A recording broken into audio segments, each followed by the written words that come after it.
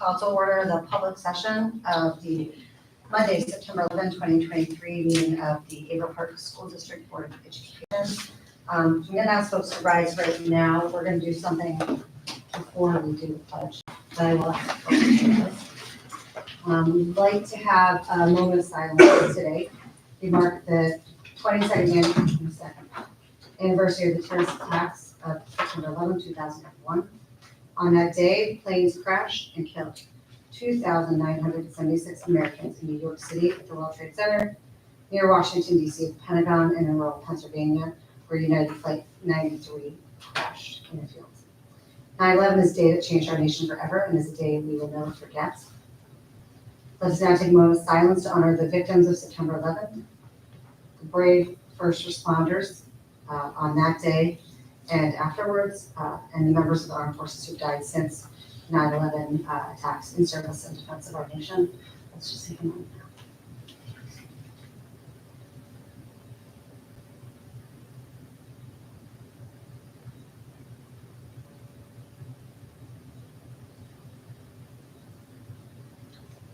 We all turn to pledge allegiance. Pledge allegiance to the flag of the United States of America and to the republic for which it stands, one nation, under God, indivisible, with liberty and justice for all. Thank you, Liz. If it's okay, I just wanted to take a moment and thank Jackie, our colleague here, for the work that she did on 9/11. Thank you. Thank you, Jackie. Over to you, Jim, for the superintendent's report.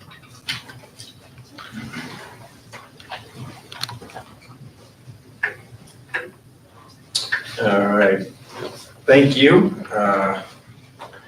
Little shameless plug for our new website. Hopefully you've had a chance to look it out. We worked with Questar to redesign it. Hopefully people are finding it to be user-friendly and informative.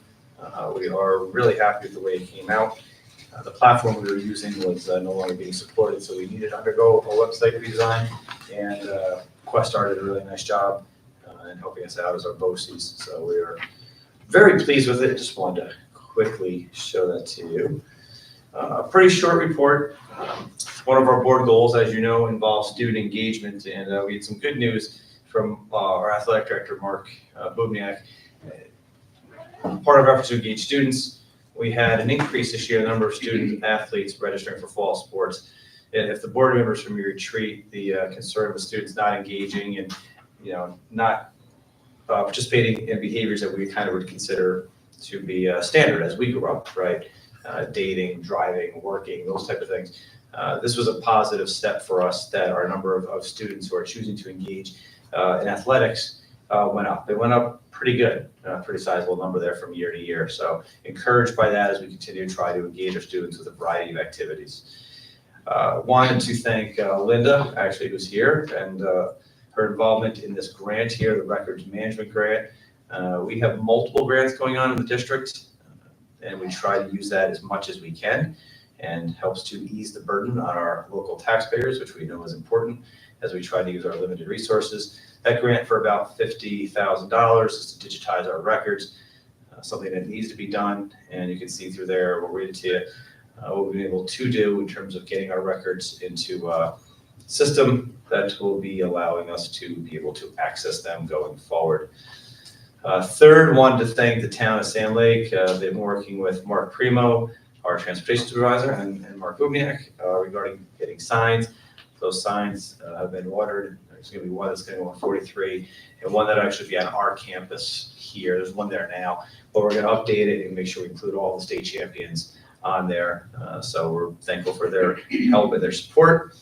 And then happy to announce that we received an A+ rating on our district bonds. So positive news in terms of our credit. I'll let Carrie answer any questions on that, but if you have any. But I'm very happy that we're able to get that rating recently. So that is the report for tonight. Now, share with you our celebration of success video.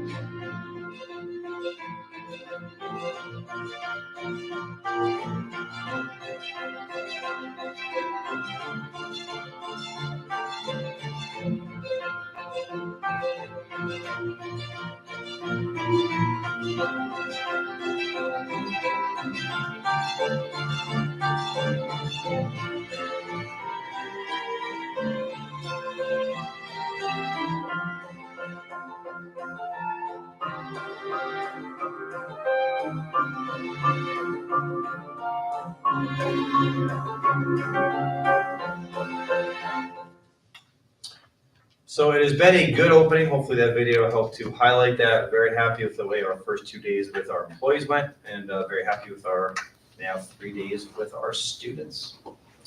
So that concludes tonight's report. Excuse me. Thanks, Jim. Did anybody have any questions? Great. We are at the first public comment opportunity for this meeting. To remind folks, public comment for this first session is limited to topics that are on the agenda. We do have 2 forms here that have to do with agenda and agenda item. Just to remind you, those wishing to address the board have completed their, or are asked to complete their forms. I have 2 here. Speaking is limited to 3 minutes or less. And that's most questions are addressed after the meeting, if possible. And I will welcome David Hansen up. Appreciate it. Dave Hansen, I'm with Averill Park, Sand Lake Fire District Number 2, Averill Park Sand Lake Fire Department. Chairman of the Board of Fire Commissioners there. Just wanted to call and I was here back in February, I believe, and just speaking to, hoping that you guys adopt the volunteer firefighter and ambulance worker tax exemption. Would mean a great deal to us from a recruitment and retention standpoint, and just would be very beneficial in us continuing to provide the service to the school district, that we do currently. We have Fire Chief here today, Pam McGooey, and Jay Wilson from Whitesville as well, so appreciate it. Thank you, David. I think this is David Wilson. Am I saying I'm the younger brother. Well, it's not true, but. Hi, my name is David Wilson. I'm with the Whitesville Fire. I'm a past president, past chief. I've got 46 years of experience, and I've been around to the different school districts that border North Greenbush, and Averill Park is a large part of that. It does help with recruitment and retention. Right now, during daytimes, we are short, and it does help when we have people in the older bracket that are retired and still participating, but it also helps draw new kids in, which also helps them stay out of trouble, and they learn a career. At this time, we have 4 firefighters that just got put on Troy Fire from the local fire departments that are all mutual aid for this building. So it's all part of the system, and I hope you support the tax program. That'll help keep our members coming. And if anybody's got spare time, we've got spots open. Thank you.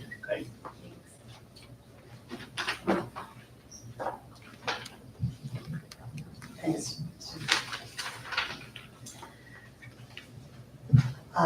Thank you guys for that. That's it's on the agenda, and I actually look forward to learning more about that as we go through.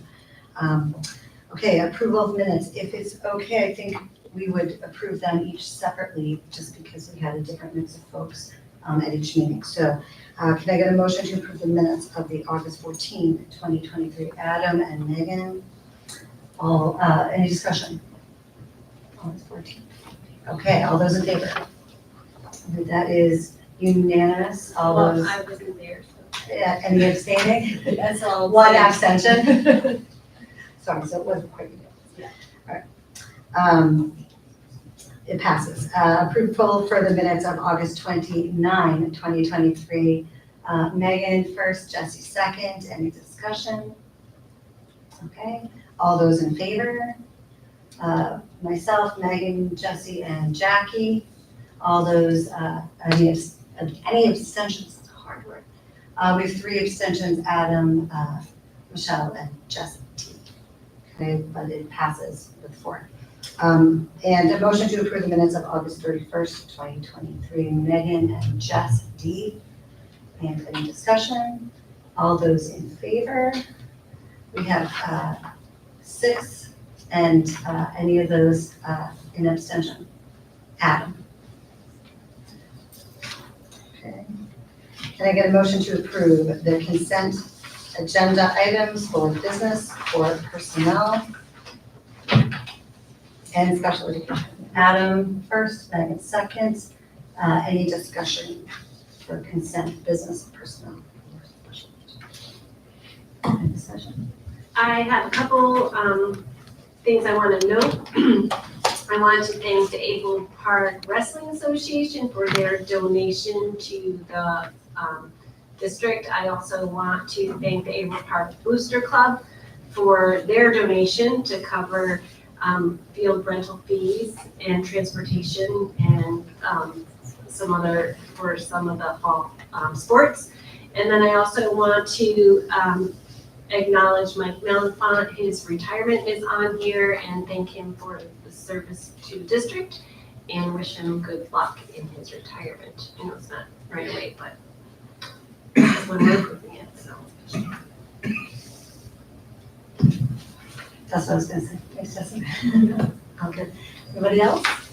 All right, all those in favor? Okay, and that's unanimous for Bill. All right. We are on to, let's see, hold on, wrong page, my bad. We have a presentation on capital project. We want to welcome Tony here. Tony's done a wonderful job as our owner's rep. We're wrapping up another phase here, and it's really going very well. We wanted to give the board an update as to what was going on.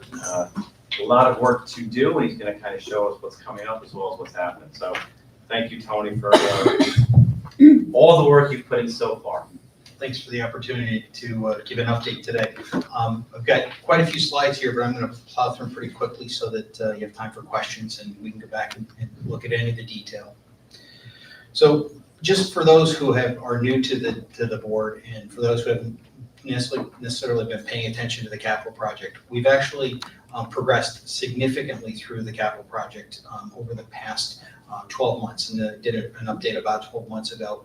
We're already a third of the way through the project, so I'm going to explain kind of where we stand, give an overview of the project as well as what's happened over the past couple years.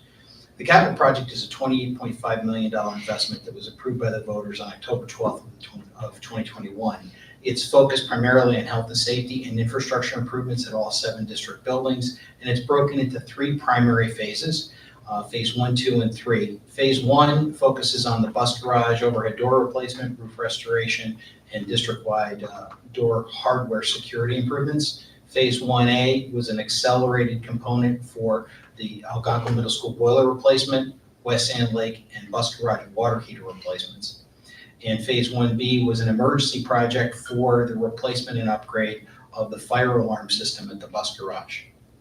Phase 2 focuses on Averill Park High School and Algonquin Middle Schools building health and safety and infrastructure improvements. So pretty substantial improvements at both those buildings. Phase 3 is broken into 2 components: the elementary school roof restoration projects and the bus garage lift replacement. And then Phase 3B will be the elementary school health and safety and building infrastructure improvements. Overall, we're completing our first year of heavy construction. The project's now 33% complete. We've completed about $9.5 million of improvements over the $28.5 million bond. Work has occurred in all 7 of the district's buildings, although most of the work has occurred to date at the Bus Garage, High School, and Algonquin Middle School. We've substantially completed everything scheduled in Phase 1, 1A, and 1B. We're about halfway through the work on Phase 2 at Algonquin and the high school. And the Phase 3 projects, the elementary schools, are ready to go into SED for review and approval. And once we receive the commissioner's approval of the projects, we will be able to go to bid later this fall and award hopefully sometime early in the winter. Overall, the project is about 1 year ahead of schedule. We had originally anticipated completing the project by the end of '26, and we feel confident we'll be able to complete the project by the end of 2025. Just a quick summary of the work we completed over the past year and through this summer. At the Bus Garage, we completed Phase 1, 1A, and 1B. High school, about 50% of the work. Algonquin, about 50% of the work. At West Sand Lake, we completed the the water heater replacement. The Bus Garage, we've completed substantially, although we're still doing some punch list work on roof restoration, the overhead door replacements. All the overhead doors were replaced, their motors, all their control mechanisms, the automatic eyes for closures. We replaced the security office entry door. We replaced and upgraded the fire alarm system, the security hardware upgrades at select doors, and a water heater replacement.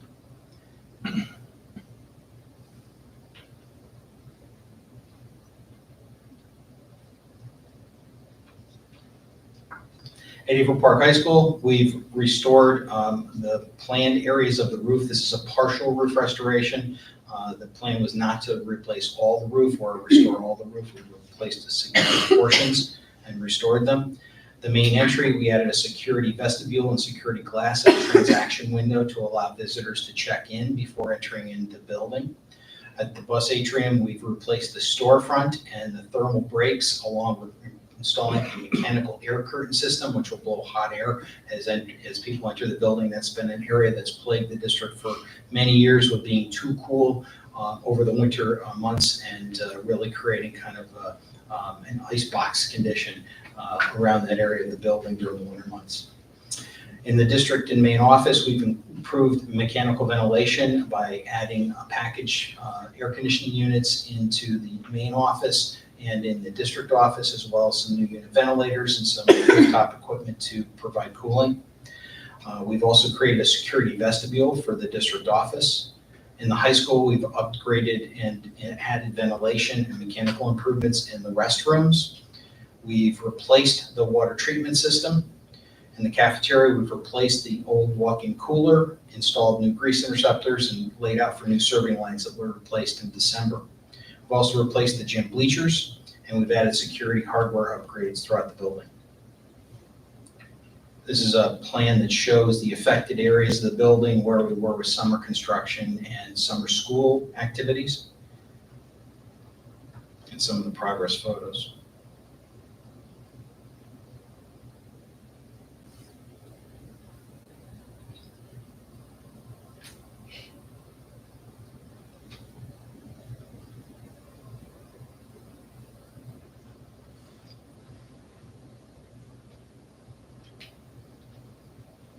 This is a summary of the roof restoration project at the high school. The colored areas in tan are the areas that were affected by our roof work.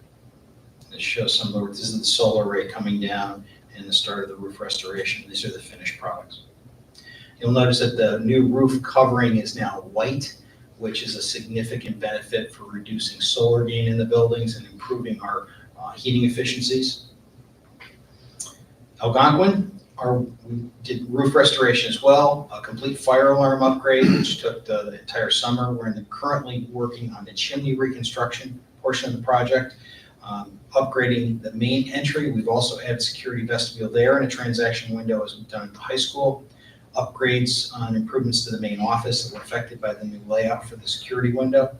Added security hardware at select doors. We've replaced both boilers in the middle school, a significant part of the project, and done some selective door replacements. This is a floor plan of the building and showing the affected areas.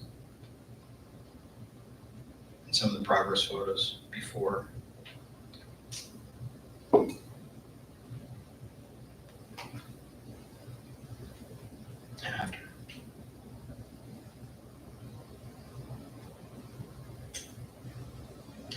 Similar, these are the roof areas that were restored this summer. At West Sand Lake, we did a domestic water heater upgrade and also replaced a significant number of the interior intruder hardware lock sets in the building. And this was done across the district. Work planned for during this school year. We'll be doing work after the end of the fall sports season on the replacement of the press box at the football field's bleacher state area. And that will be occurring between November and March. We want to have that in place before the spring season starts. And over the December break, we'll be replacing the cafeteria serving lines. That equipment should be being received in the next couple of weeks. We'll finish the water filtration system on completion, and we will reinstall the photovoltaic solar array on the upper gym roof. Algonquin will be finishing the chimney replacement and reconstruction, which is underway, and wrapping up the commissioning and startup of the boilers by the end of the month. At the bus garage, we'll be doing the finishing up of the roof restoration, weather dependent, and we're doing security upgrades throughout the school year at all the buildings. Work planned for the summer next year. We'll be working basically in all of the buildings. We'll be finishing up at the high school with the phase 2 improvements at Algonquin. Bus garage, we'll be doing some work, and then each of the elementary schools. At the high school, we'll be working on the emergency generator and the automatic transfer switch and tie into the main electrical gear. That'll take electrical service down for the high school for several weeks. So we'll be again relocating district staff onto other buildings as we do that work. We'll be moving an underground fuel storage tank and doing drainage improvements in the courtyard and doing repairs and repainting of the canopy and some tree removal at the high school. In the kitchen at Algonquin, we'll be putting a new mechanical ventilation system in, along with a new rooftop unit.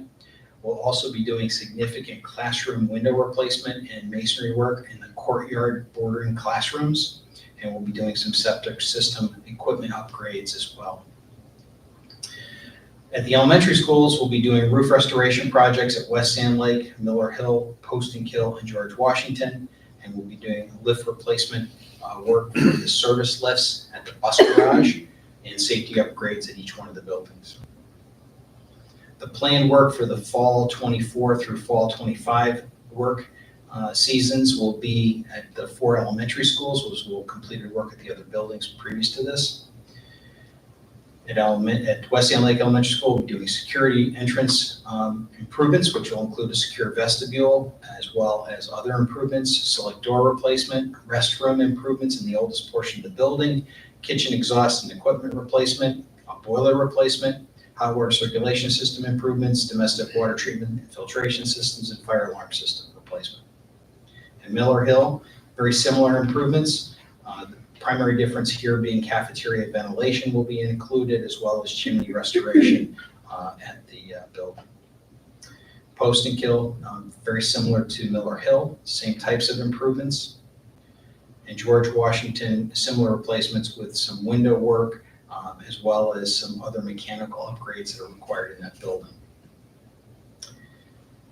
The phase 3 submission is the last submission, as I mentioned earlier, which will be going to the State Education Department for approval. We anticipate completing the submission documents in the next 2 weeks and making the submission to SED. We hope SED will be able to turn that review quickly, and we'll be able to go out for bid in early December and then receive bids like we did last year for the phase 2 work in January, and then present them to the board for award in February. That would be our ideal game plan. We are obviously at the mercy of SED's review processes, and they ebb and flow depending on volume coming in. So we wait in line as we make our submission. The phase 3A work, which is focused on roof work, we're going to try to get accelerated reviews there because it's a limited scope of work and a relatively easy approval. That would allow us to move forward with the summer construction on the roof restorations at the elementary school next year. And then our goal will be to complete construction on all the elementary schools and middle school and high school by the fall of 25, and wrap up a final cost reports and submission to SED for full 8 approvals by the end of the spring of 26. Budget and financial status is actually extremely good. We're very happy to report that we are under budget and have saved significantly, especially on the phase 1 projects that were awarded previously. And with limited use of construction contingencies, which have been budgeted into the project, with only very few change orders. This year, that's really a credit to our architects and engineers for developing very good documents that don't leave ambiguities and exposures for changes in conditions and costs. And we've accrued savings that have allowed us to do additional health and safety improvements in both phase 2 and planned phase 3 improvements. Additionally, we're ahead of schedule, as I was mentioning earlier. We've been able to compress the schedule through resequencing work and consolidating work packages so that we can complete the work a year early, and are well on track for that. Again, that's another credit to Mosaic and Engineered Solutions for quality documents. And we have had excellent contractors who performed very well over the past two construction seasons. With that, I'll open up to any questions. Thank you, Jesse.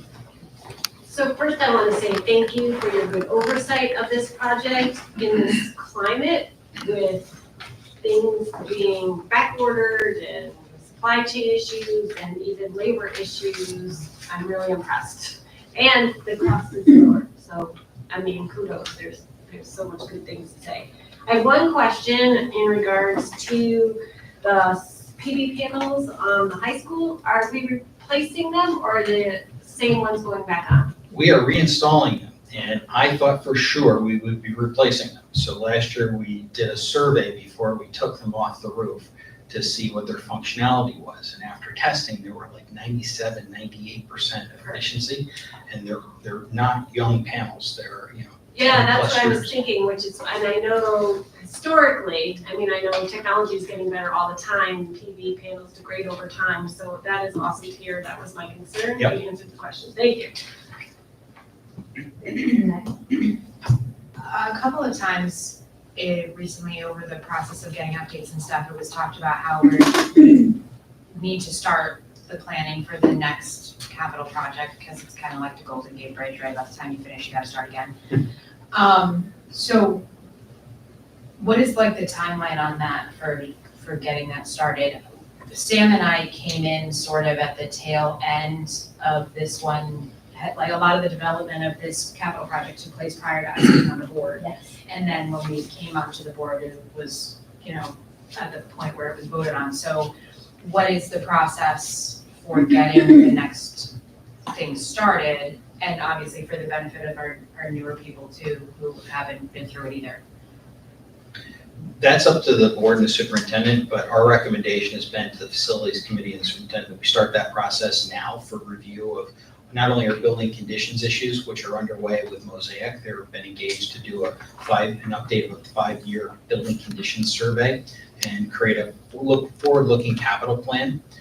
There are many things to be considered in that, but there are items that we're finding as we go through the construction of the planned improvements in this referendum, that there are things that have been left undone for a fairly long period of time that we would otherwise thought would have been able to be taken care of. And they're going to need to run to the front of the list. There are a lot of things that need to be significantly looked at. So we would encourage that process start now so that you can thoughtfully put together a plan on how to package the next capital improvement project. Well, and so it may sound like a dumb question, but what is the actual, how do we start the process? What is the first step of starting that process? I would start the process through the facilities committee discussions and then create an outline and time frame for what you think is a reasonable recommendation to the full board, and then have that conversation with the full board as to what the planning process would be, what the presentation to the voters would be in terms of time frame and general scope, who should be involved in that planning process, and what input should be collected so that you're thorough. And then the timelines for expectations for development plans, SED review and approval and construction. And as a matter of guidance, it takes 3 to 5 years minimum to get to a place where a project can be designed, presented, approved, and built. And that's after a referendum has been approved. And typically referendums take months, if not sometimes more than a year to prepare in planning. So it takes a while. So things that we think may be becoming urgent and critical in the next couple of years may not happen until 27, 28, 29, 30. It can take a while, so you have to plan ahead. Thank you. Thank you for the detailed answer, because for the public's benefit of saying, well, we're not even finished with this one yet, why would we start talking about, how long could it possibly take? That very clearly explains it. Thank you.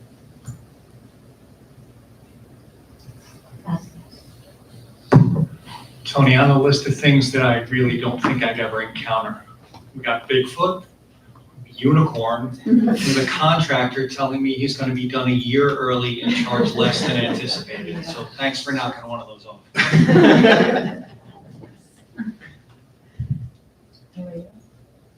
I just had a quick question about the SED part, just to clarify, like, the submitting to SED in phases, is that because, like, the prior stages or phases of the project inform what gets submitted each time?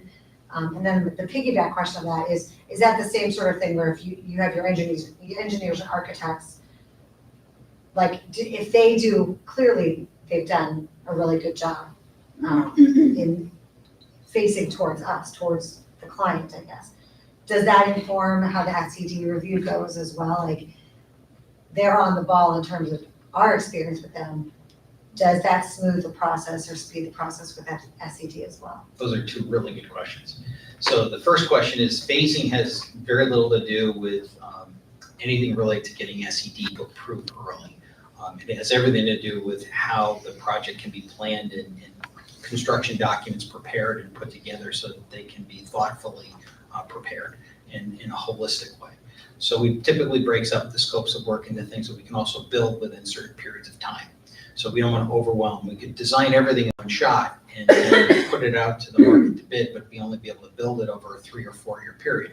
So it really bites off more than we can chew at one time. It also makes the project more manageable. So you bite, one bite at a time. That's the general philosophy. And that's been to our advantage. By creating phases, we've been able to take measurable pieces, break them up, get the best value from the market when we go out to bid, so we're not overwhelming by putting too much in front of a limited pool of contractors that are trying to bid. And there's a lot of other competing work that's going around in the area, and that's helped us accrue value. So we've gotten more bang for our buck in the dollar by making bite-sized pieces and managing it aggressively so that we get it done in short periods of time. That helps us get more work done more quickly, and it gets better value for us because prices are lower. And that's why we accrue savings. So those are some of the strategies. With regard to the quality of the documents, absolutely, for sure, the more quality the documents are, the quicker they go through the review process. And the Mosaic and Engineered Solutions teams have done a very good job with those submissions, but that's not the sole factor. More importantly, the number of submissions that are coming in from other school districts affect how quickly SED and their staff can review and approve plans, and that's what takes the majority of the time.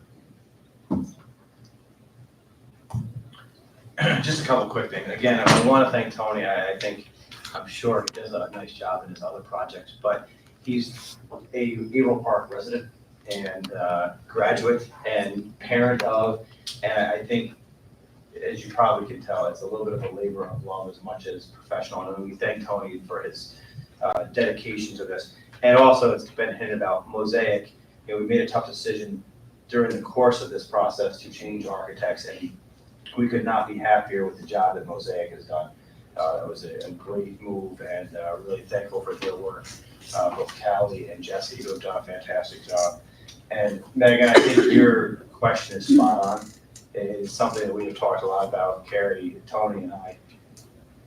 We had a little bit of a gap between projects. We can't allow that gap to happen again. And we have a plan to start to get that ball rolling through the facilities committee, to the board, to the public, because we are still at a spot where we're not looking at like crazy innovative type stuff. We're still looking at needing to do some major fundamental, if that's the right word, basic type of upgrades and repairs. If you look at that list, it's boilers, it's fire alarm systems, it's roofs. That's where we're at. We need to kind of catch up a little bit and get hopefully to a spot where we're in better shape going forward. So thank you for bringing that up. It's high on our list. If I can, as I wrap up, I just wanted to express our thanks to the district staff and all of the people that we affected during the construction process. It wasn't easy. We displaced the district office staff. We displaced the main office staff at the high school. We displaced Algonquin's staff. We had to relocate the entire summer so that we could get work done, and they were more than gracious. Also want to thank very much the building and grounds team, Aaron Hafner and Bill Sanzone and his entire team for all the work that they did with us and around us. The work that they accomplished on non-capital project related items was extraordinary, and they were with us all the way through the course of the work, working with the contractors and our team throughout every minute of every day. And I could call Billy Sanzone at 6 o'clock on a Sunday night or 4 o'clock in the morning, and he would have the building unlocked or show up and do whatever we needed. Just really great team. And that's a hallmark for why the district is so successful with its capital projects, is that everyone's committed to the right outcome, and it bleeds into the contractors. So the contractors own the process as well and take great, pride in the work that they do here. In fact, many district residents are working on the capital project as workers for different members of our contracting team. And that's been a huge benefit as well. When you see people at the grocery store or at church, it makes a big difference. And you say, look, I'll see you after Mass because I got to go back to work. It's a good process, and people here are really committed to the right outcome. It's a great community, great school district, and it's the team that makes it happen. Thank you. Thanks for bringing that up. Aaron didn't kill me for saying this, but I'm just looking, it reminded me of the email that Rob sent about, just to let us know, Aaron had been out well before dawn, as Rob described it, to move a literal mountain of furniture for disposal. Out there on his own for hours, working through this stuff. And that's the type of work I think that Tony's really referring to with both Aaron and Billy and that whole team. So we're very fortunate for their work. No way it could be done without them, so we want to acknowledge them. So. Thank you for that. Yeah, indeed, and I just want to point out one more thing, actually, that if we remember, a big chunk of that was roof work. And I'm just looking back at what this summer was like, the fact that it's even on time after the amount of rain that we had for all the outdoor work that is stunning. I know what we got done at my house, and it was not under budget. And Was it a fun summer for roofing? No. It was not a fun summer for roofing. No, I mean, and again, I don't know how it got done, but it was amazing. And I did also want to thank, all you guys who moved around coming to see Linda and everybody in at the second floor of the library. It's always fun to go to the high school library. I imagine having your desk there for 2 months, maybe. Thank you guys. And thanks. Yes, thank you. Really. For the next action item, or for the first action item, I should say, if it's okay, it is to approve a voting delegate at the conference. And I'm happy to put my name in for that, just since I know I would probably be there the longest. I strongly support that. So what we'll do, Linda, is that if you could please, and I'll read it with my name in there as we go forward. Am I doing that right? Sure. Okay, good. So, agenda item 10, action. Item 10A, can I get a motion to approve Samantha Hicks as the 2023 voting delegate at the New York State School Board's annual business meeting in October 2023? Jess D. and Megan seconds. Any discussion? Thank you for doing that. It's gonna be a great time. Oh, yes, thank you too. That's fine. I will stay It'll in be interesting. Buffalo as long as I possibly can. It is a very interesting experience. Yes. So for the folks who don't know what that is, Sam will represent the district for policies that are carried throughout the state. I did it my first year, not really realizing even what it was. I just was available and said I would do it. But it was a very cool experience. You get to go down and, it's, thank you for doing that, but I think you being, very similar to me, I think you're gonna probably enjoy the experience. I could have fun at an insurance seminar, so, I thank you for that. All right, all those in favor? That's unanimous, okay. They get much more interesting. Can I get a motion to approve the agreement by and between Averill Park Central School District and Barclay Damon for legal services per the attached agreement, which we all have in Board Docs. That's Megan first, Jess D second. Any discussion? Okay, all those in favor? Unanimous. All right, 10C. Can I get a motion to approve the agreement by and between Averill Park Central School District and Kelly Rock? That's a lot of letters after her name. PHGPCBA, LDA, Behavioral and Educational Consultant contract starting from August 20, 2023 through June 30, 2024. Jess, then Megan, Jess Z, then Megan. Any discussion? Megan. I am always really proud of the initiatives that we have here for our students, but the addition of, having Kelly on board for the mental health of our students is a huge benefit, and I'm super, super glad that we're having her in the mix, so thank you. All right, all those in favor? That is, Michelle, was that unanimous? I couldn't tell if it was like a thoughtful. You're a thoughtful person, okay. We did Kelly, we're doing. Can I get a motion to approve the agreement by and between Averill Park Central School District and Chelsea Place Psychological Services from August 2023 through June 2024? Adam and then Megan, any discussion? None. All those in favor? We have 7 unanimous. It passes. And last, 10E. Can I get a motion to approve the agreement by and between Averill Park Central School District and Stark Children's Center, again, per the agreement that is loaded into Board Docs? Jess, Z, and Megan, any discussion? Yeah, just we try not to give you stuff last minute, so I apologize. That contract came to us Friday, very late in the day, we got a review, it's up and running. The only reason we put it on is because it's a program we had last year and structure that we had last year.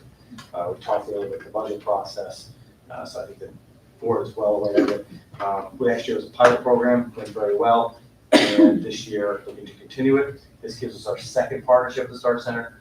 One is based on trauma type of counseling, and the other is the family intervention specialist. So excited about that, again, to your point about using our community resources and outside experts to assist. But again, apologize for late notice. The contract would run out on September 30th, so like getting it done tonight kind of makes it a little smoother as opposed to waiting into mid-October. So.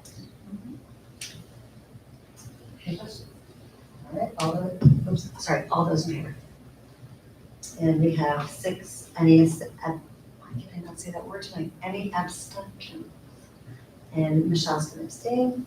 All those against, and we are passes. And Jim, I just, number 11, or item 11 is resolution. You need to read the entire resolution. No, I think you can just read. I think that's what I thought, because it's a lot of legalese. Words. I'm not a lawyer, but it is. Can I get a motion to approve the seeker resolution?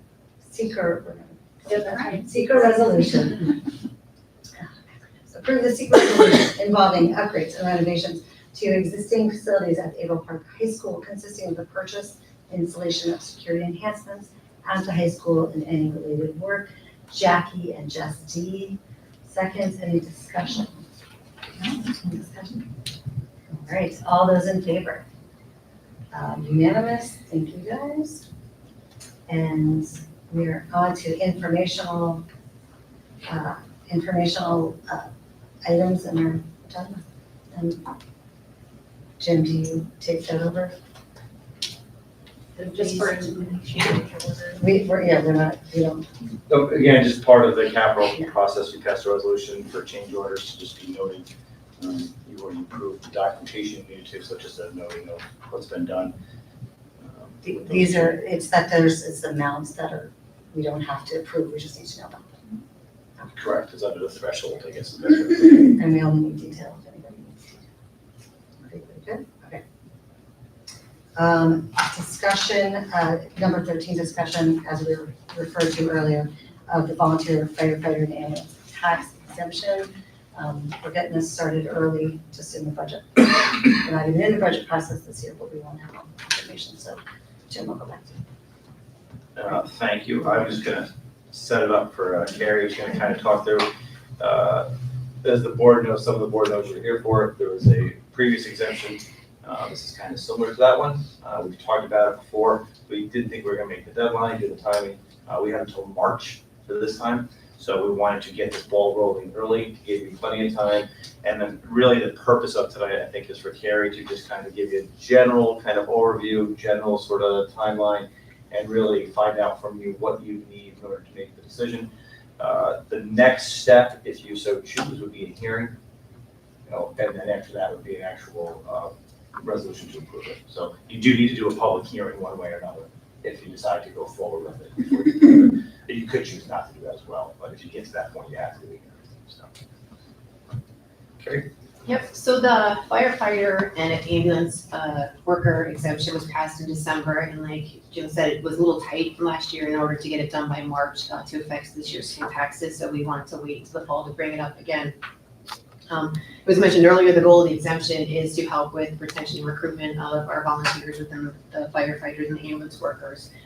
The way that this exemption works, it's up to 10% of assessed value. So that's the maximum need level. In between can be voted upon. There's a certification process that we'll have to go through for the different volunteers in order to make sure that they qualify.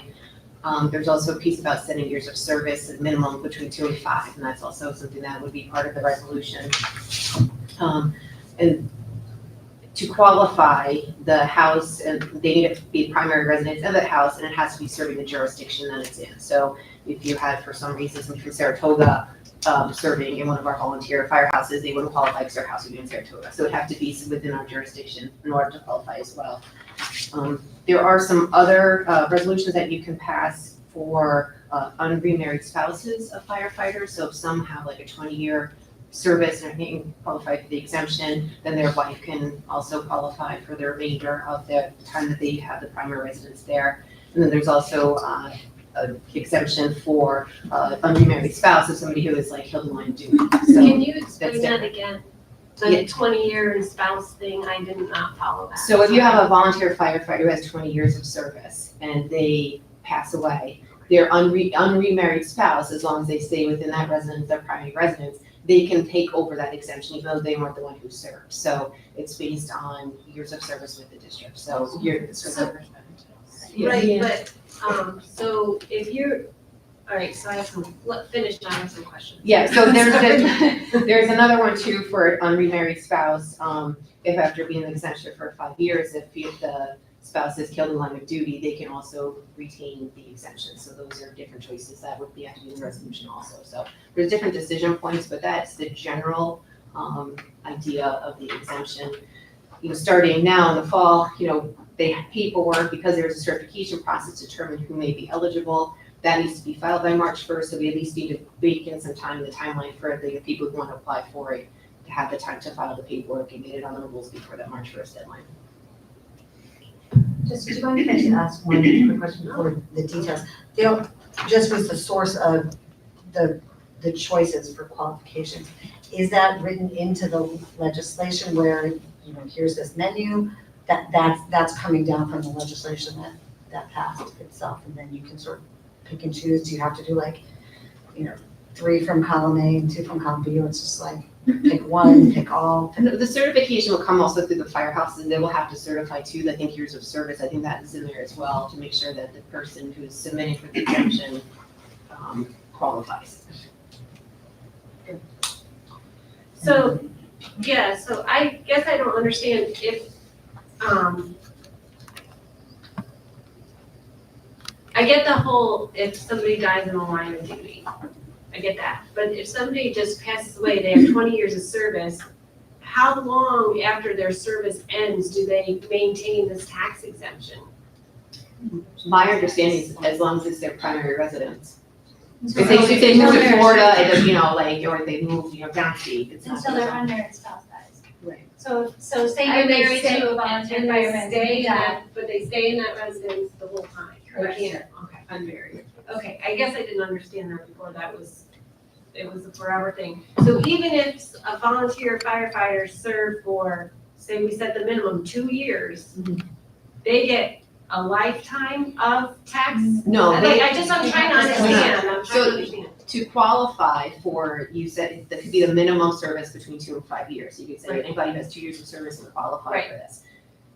For the spousal, to get that indefinite, they have to have 20 years of service. Okay, So- so there is, so yeah, because I guess I wouldn't want you guys training people over and over again, 2 years, oh, boom, I'm out.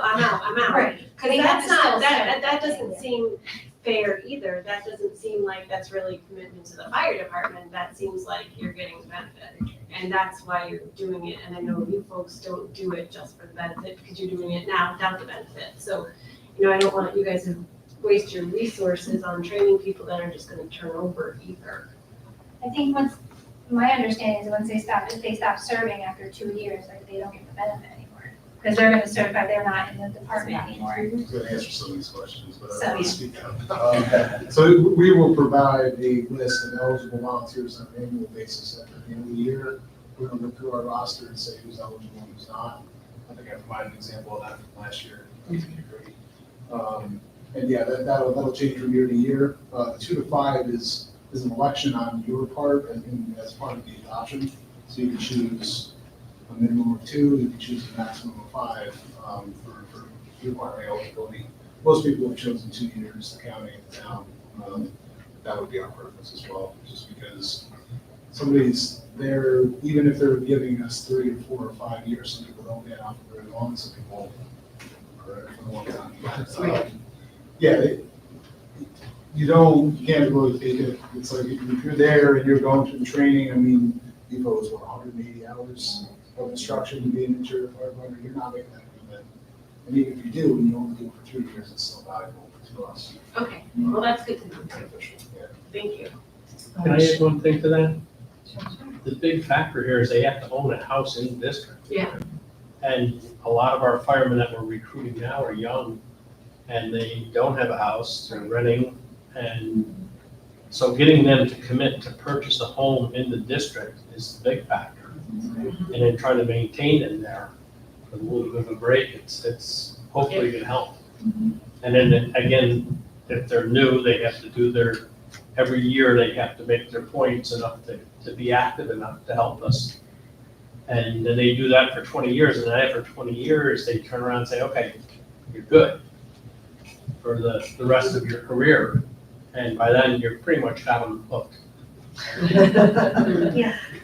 Michelle, did you have your hand? So the 10% of assessed value, or it's anywhere, is that what they're looking for, is the 10%?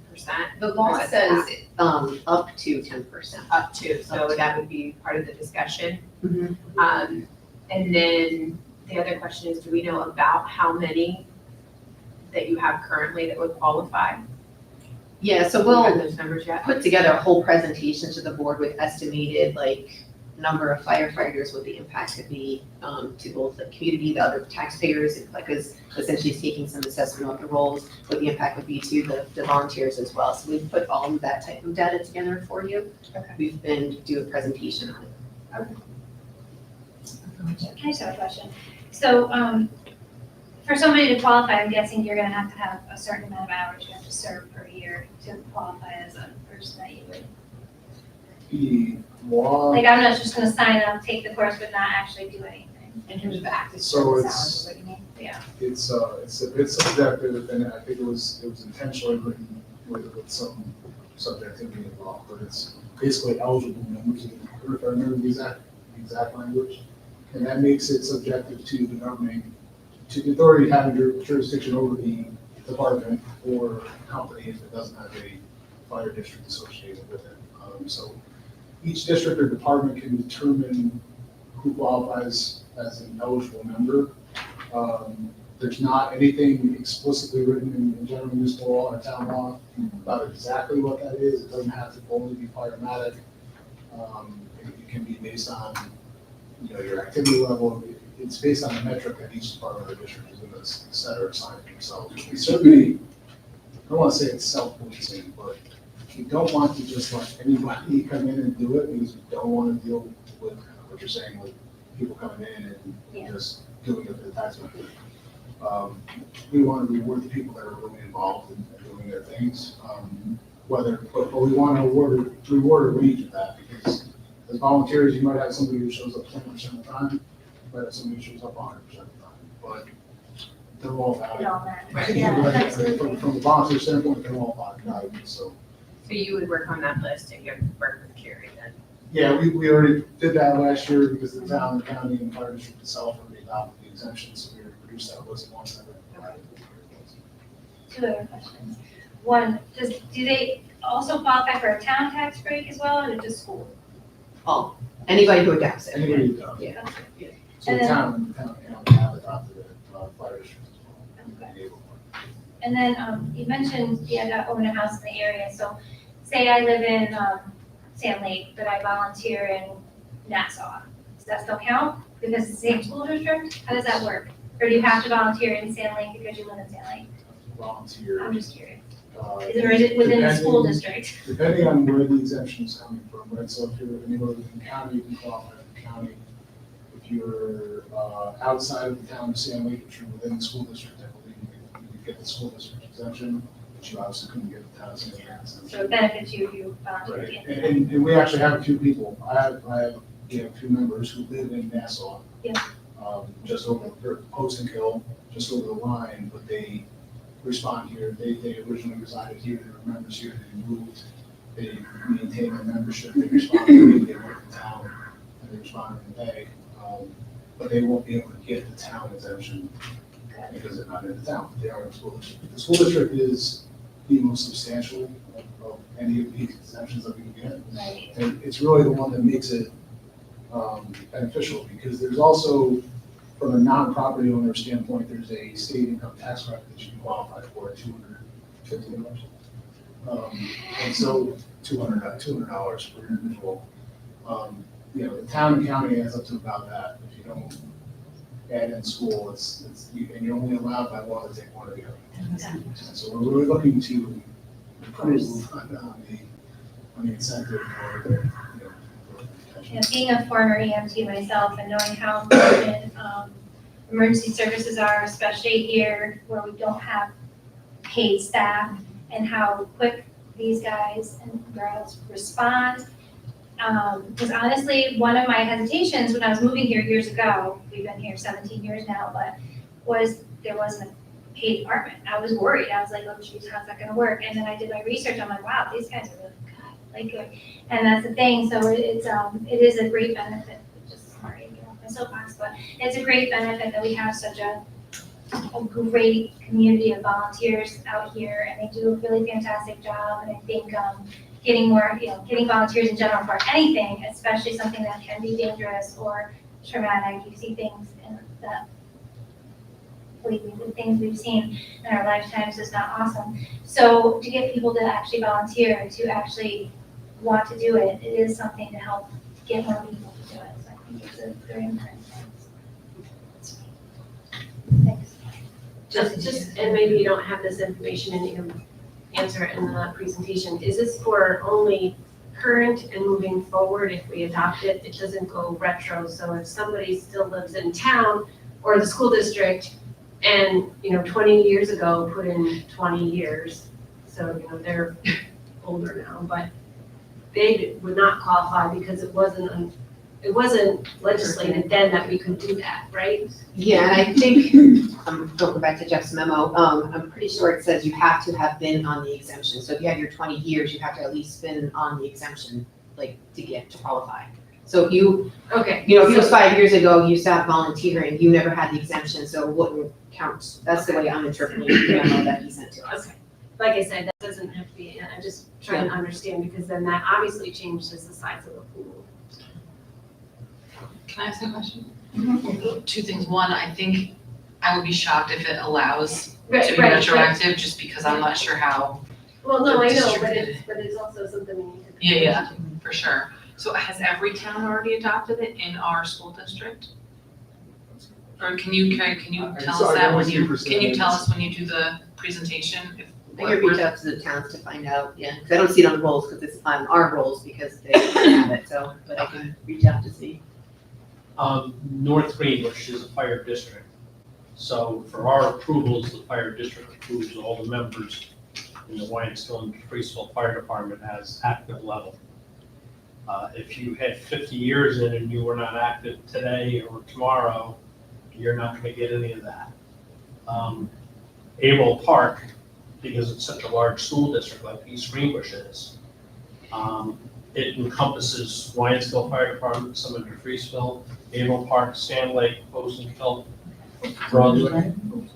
There's 9. Okay, and so each one of those fire departments is one piece of the pie. And for each piece that comes into play, you have to own a house and you have to be active in your school district fire department. I guess is the best way to put it. Because I'm in Wyansville schools, this won't affect me at all. But a half a mile away, it's Averill Park schools. And then it's East Greenbush schools a little farther than that. Half of their membership will qualify for the Right. school district, the other half. So for me to get here, I would have to be a Wyansville fireman, live in Rensselaer County, be in the North Greenbush Fire District, and also be in Averill Park School District. I meet 3 of those, but I'm in Wyansville School District, so Wyansville Schools just passed it last month. That's what I was gonna ask. East Greenbush Schools just passed it. Little Red is the only one I think that's still in the question right now. And, well, North Greenbush Commons, and then here, which covers North Greenbush. So that should cover most of us. But then you still got Brunswick, which is gonna be Mountain View Fire Department. So it's Eagle Mills has got their own with, close quarters. and so there's 9 fire departments you're actually gonna affect. And then again, you also have to take in consideration, if, like right now, we have roughly, I'll say 60 people in the Wyansville Fire Department that are active. Out of those 60 people, we're probably talking maybe half own a house. And out of that half, their assessed value may be high enough to beat the $200 that you can get now without applying for this. Right. So it all, by the time you get to the end of the day, Well, because we talked about this the last time, I think, right? There was, like, there's information that has to get back to your folks so they can decide which exemption to take, right? That's. yeah, that'll be their own decision. So that is part of this, right, Carrie, is like creating a system of interactions that you're getting the information you need from the fire departments and they're getting. How do the people get the that, like, get the final tally so that they can say, because they can't go with more than one, right? You said that, they can't, Yeah, I don't. they can't get I Rensselaer don't and think the district Collins. would have to provide it, but obviously people have to do that individually, just based on their own. The I assessor probably may really be- work with the assessor of the town to understand that, but, it's pretty much worthwhile. Hit the school district $1,000. Yeah, I was gonna say, I don't think it's the school's business to start doing evaluations for different individual people to try to calculate what's a better option for them. So we could, that's not something that's gonna be part of the process. Right, you would just give us like a max total, like this could be worst case scenario for budgeting purposes of what we would lose. So, Well, but you're not- we won't lose anything. So the way it works, so if we have a tax levy of $30 million, we're still gonna get our $30 million. It's just within that tax levy, say we have 10 million of assessed value, that with the exemption, it might go down to, 9.8 million of assessed value. So that, what just means that that tax levy is just spread a little bit more amongst everybody else. So the district will still be whole. Right. Our So taxes will be our taxes. We're being asked to be stewards of the community to decide, do we want the rest of the community to help fund the firefighters in a arguably deserving lead, so. They're like if half the homeowners were volunteer firefighters, which they are not, that would be like a ginormously huge number, and that would, be shocking, but it's not the case. And so, but then, just again, to go back to my little like process, you're not doing anybody's, like, you're not calculating anybody's individual, but when we we just know who's getting a discounted tax bill every year, right? That changes every year based on who comes and who goes, right? So there is some level of interaction that's not necessarily how much, but it's who. Well, right, because the gentleman said that they provide the list of who's eligible for the exemption, so there is a disclosure to us about who is in fact, I think it would who go is to the in fact assessor. exempt. And then, to your point, everybody else pays a little bit more. From the purpose of, not to interrupt, but for the purposes of what we're looking for tonight, I think trying to steer us back a little bit in the direction. What we're looking for really was to put it on the radar, especially because we had 2 new board members who were not here the first time we talked about it at all, or didn't have the history. And then to have an idea from the board of, do you want to proceed, not with a yes or no, but do you want to have a hearing? Then, at that point, Carrie would provide the information you're looking for, then you'd have a chance to put it on the agenda, then you can vote yes on it. So we don't get the information and then decide we want to put it out and have a hearing? We get the. We decide we want to have a hearing and then we get the information. That doesn't make sense. Do you want the information first before you decide if you want a hearing? I thought that's how it normally works. Like Like when when we have to do a public hearing, like on the code of conduct, we get the code of conduct. And then we have the hearing so we can get comments on the code of conduct.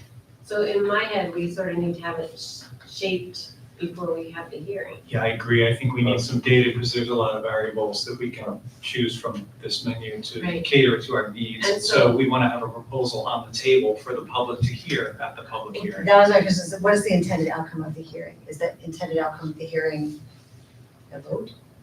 Or it? No, or- you have to vote To get after. public After comment, To get based public on comment. what we're proposing. Right. So if it makes sense then, if I'm hearing a presentation in October, right?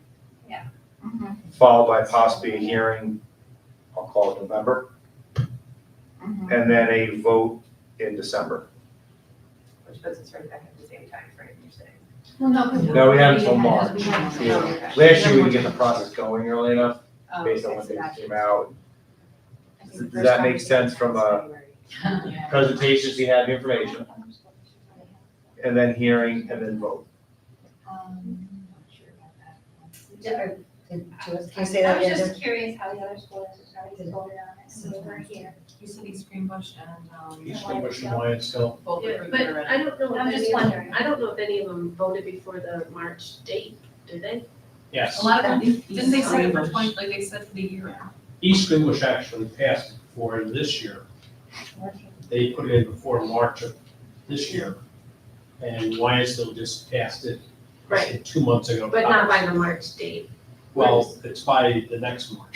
But I mean, yeah. No, for No, but I this mean, past saying why year, everything else. like, because the legislation was passed like late in 2022, Yeah, and that's people what had it on the I- rules for 23, and I think that's extremely bad. And Bethlehem Yeah. had it on the rolls before the legislation was passed, is that correct? Is a unique case because before this legislation went statewide in December last year, every county, I think it was 30 counties in New York State had already elected to do the exemption on a county by county basis. And then essentially they passed this statewide and said, every county in the state is eligible now. It's adopted basically, for any district can now elect for it in any county in the state. Before, it's like a whole mishmash of individual counties were doing this, Albany County being one. So Bethlehem was being lobbied to adopt that exemption well before it got passed statewide last year. The wheels were in motion. So that makes sense. Western County was not. Okay, but there was some due diligence. Well, and just so that I'm clear, and this has probably already been said, but I just want to, for my brain, the different decision points. We decide the eligibility number of years, but the majority of people have chosen 2 years. We decide right, we can go between 2 and 5, but the majority of communities that have passed it have gone with 2. Is that accurate? I don't have any What was, facts on that, but. Okay, That's my recollection. I- Work, I can help work with Gary out. Yeah, all right, why don't you go through what your Okay. expectations are, and then the details would be a part of, I expect, that Right, so- presentation. so we have to decide the years of eligible service, we have to decide the percentage of the assessed value up to the 10%, we decide that? Yep. Okay. It's just, No, and and then then there's there's the two, and then cost two would be Right, spouse, right. right. Right, and then, right, Whether whether to include spouse at all. or not to include the spouse deceased.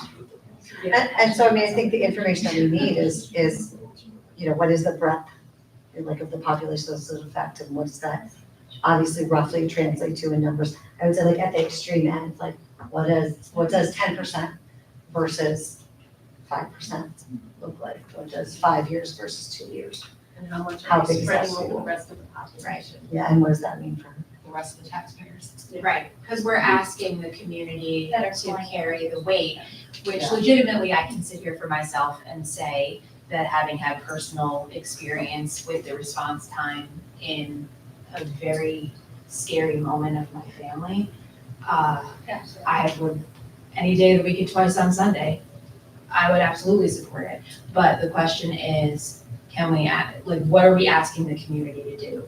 So that's, I'm gonna vote, that, I can say with all certainty how I feel about it, but we have to have, you know, the community's response. Just to set some expectations, there are gonna be some assumptions within the data that I provide, and I'm not gonna be able to tell you how many of these people are 2 years or 5 years, like, or how many households I should say. So, like, it's gonna be somewhat estimated, data, but That's fine. That's It okay. has Yeah, to be, you don't we'll do know our what best. the assessed value of their houses are. no, it'll be estimates, I'll use like, you know, a certain. Yeah. It's gonna be really round, Mhm. it's okay. Yeah, I mean, I think having some number, Just like, need to ask how the many board zeros of are we magnitude. talking about? Are we talking, you know, I think.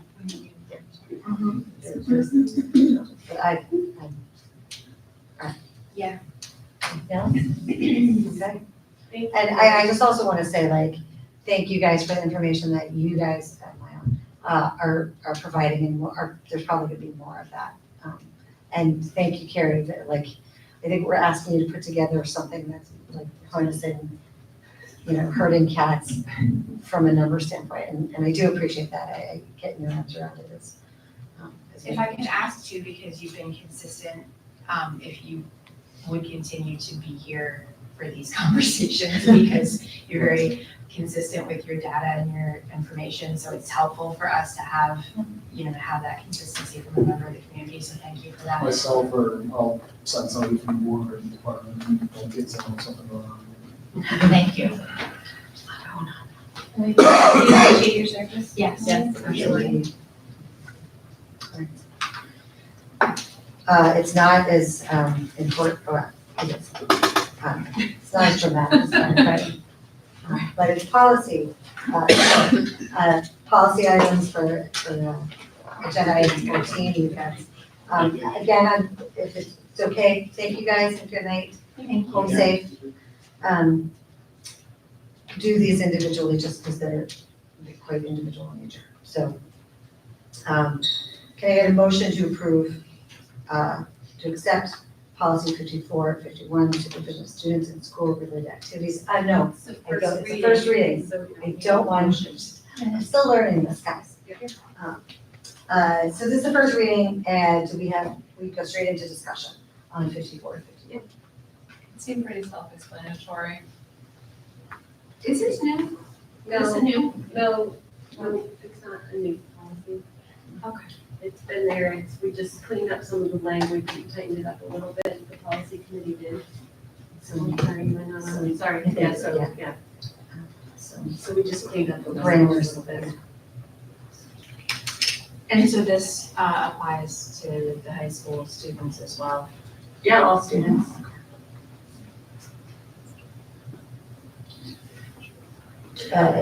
If we are comfortable, Can I make a motion to waive the second reading and approve the policy as written?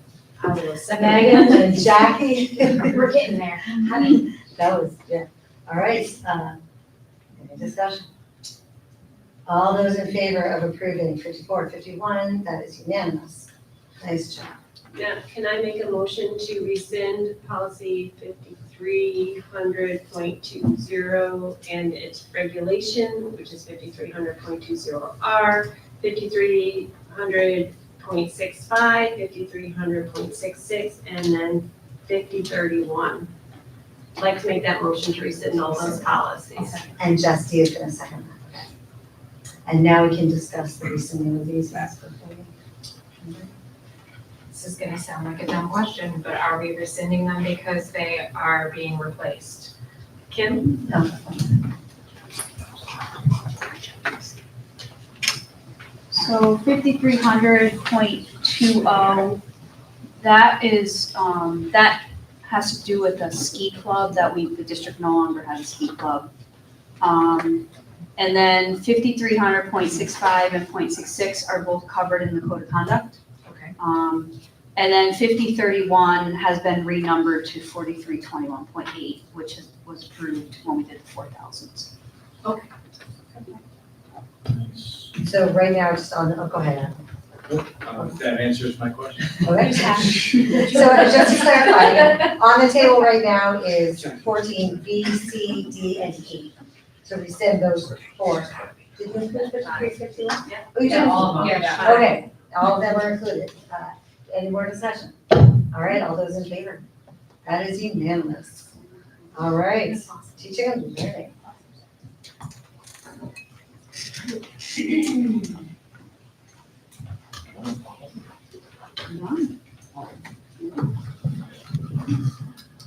Jim, I'm waiting for a nice introduction to get you going. No? I accidentally X'd out Matt's presentation, so I gotta bring it back up. The squirrel moment, right? That's right. Right thing over there. So for our second presentation, we wanted to do, which has now become a little bit of a yearly tradition of kicking off our learning teams with our goals and our objectives and our action steps. We've started that process with Matt. So he's going to kind of give us an overview of what's going on the instructional side of the house, kind of a little bit of recap, a little looking forward, and a setup for really what you're going to be seeing as we move forward with our learning team presentation. All right. So, Thank you. I'm going to reuse the joke I told leadership. Jim said, I bet you can't make this longer than my State of the District. And I said, I'll take that bet. So you're up, folks. And I imagine we have Bills and Jets fans in the room, so I will try to make this brief. That's a football joke. So first slide I'd like to show every year when we do this is really who's behind all this. Obviously, we have an amazing group of educators throughout the district and building administrators that drive a lot of the work that you see every day. But behind that, there's a group of people that are part of the team that I work with on a daily basis. It really represents 4 different areas. So our first is our Director of Teacher and Student Supports, that's Kate Dorgan. Does a lot of work with professional development, response to intervention, are 2 primary functions that you'll hear a little bit about tonight. Data and accountability, it's to ensure that we're not just saying things from our heart, that we actually have data to back it up a lot of times. So Kristen Card and Doug Kramer do a great job of providing that information to us. Technology integration is overseen by Lynn Burdick and Melissa Weatherwax and Lynn's great team of technicians. That's all the devices that we have throughout the district, not just putting computers in kids' hands, but actually making sure that they're effectively used in the classroom. It's a lot of what that team does. And finally, special education, it's all support services. You've heard through different points throughout the year, all the different ways that special ed impacts us as a district. And that's Camille Harrelson and Liz Malone managing that department. So I think the first thing I'll say before I get into too much of the meat here is that this is a really exciting year. And I go back to this summer, we had an admin team meeting, and kind of informally, the principals were sharing some of the work they had been working on over the summer, some with their team administrators, some with teams of teachers. And as people went around the room, you just saw all these great ideas coming to life and coming to fruition. And it's been things that I know have been rattling around in people's brains for the last 2 years, and it just wasn't the time. We really put a lot of things on the back burner, and so you're starting to see those ideas come to life. And I think when you have ideas like that, everyone's really excited. They want to go 100 miles an hour. And I think in all cases, things are being done very, very thoughtfully. And I say that before I show this first slide, because really what our focus has been and continues to be, that's why I put it still the plate. When you talk about having another thing on the plate, this is the plate. We've said this over and over again to the teachers, and we want to hold true to that this is still the focus of the work that we're doing in all of our buildings. And that's our PLC process. PLC, as a reminder, stands for Professional Learning Communities. And it's really a way for teachers professionally to be collaborating together, to be sharing how they instruct, how are kids doing on a certain content area, what skills and standards are important for that content area. And they're doing this horizontally. So they're working across their teams within a building to have these very rich discussions. We're in, as I told Jim, said, how long have we been doing that? I said, doing it right? We're in our third year doing it right. We tried it for 1 year and it didn't go so well. We brought in some professionals to reset us, and since that time, it's gone really well.